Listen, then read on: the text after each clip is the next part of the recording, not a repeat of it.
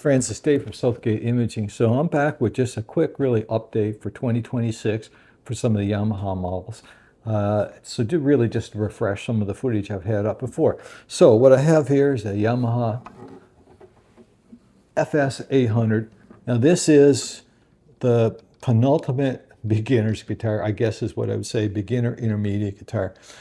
Anyone that messages me and say, what's your recommendation? Where should I start?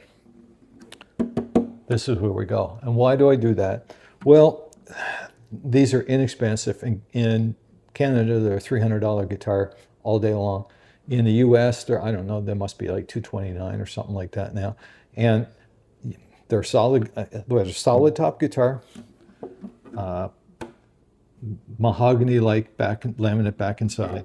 But it's just an honest guitar that kind of keeps playing every day. And it's a great guitar to learn on. And once you have one in your arsenal, it's not really a guitar that you're going to rush to get rid of, because maybe you start with a FS800 and upgrade to a mid-range dreadnought. It's still good to have a small body guitar around. There's days you're sitting back on the sofa.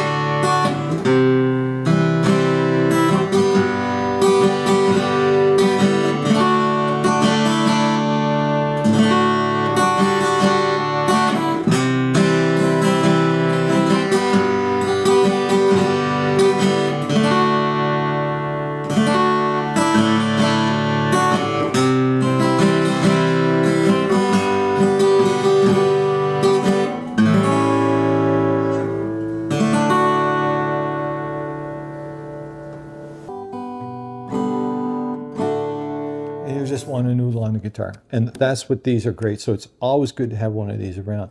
Even if you're a dreadnought guy, you don't always want to be sitting on the sofa like this.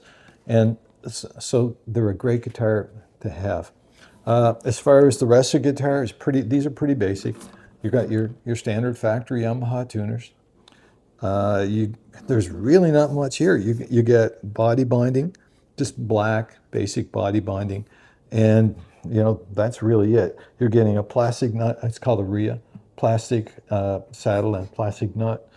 You're getting, these have been downgraded a bit over the years, so really now you're getting a walnut bridge and a walnut fingerboard. You're not getting a rosewood like you used to get. But they're the entry level, really, to solid top guitars in the Yamaha lineup. So you're getting something solid, something that's very robust and resistant to humidity problems, like a lot of guitars are going to have. So in Canada here, these are bought all day long, and they're never humidified for years and years and years with people with forced hot air heat, and they're still playable after 5 years. That's just the way they are. So you can't beat them. They're solid. So, a good, reliable choice. Anyway, let's do some playing examples, and we'll come back and just chat about the FS800 again.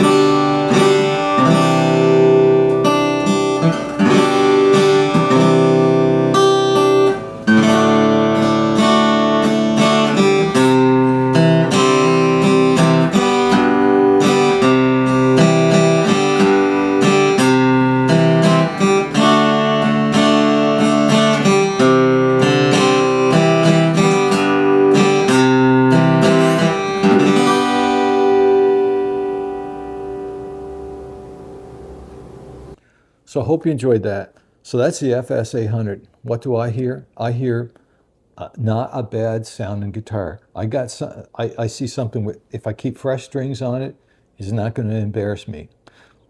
With these FS800s, these are my go-to if I'm going to a jam. I just throw them in my bag. I don't care about them.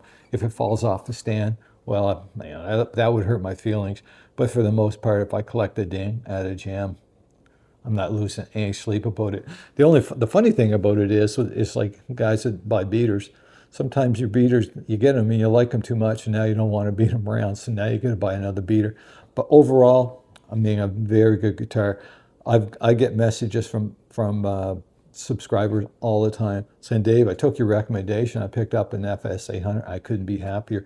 These things are just great, and they are, because they could become.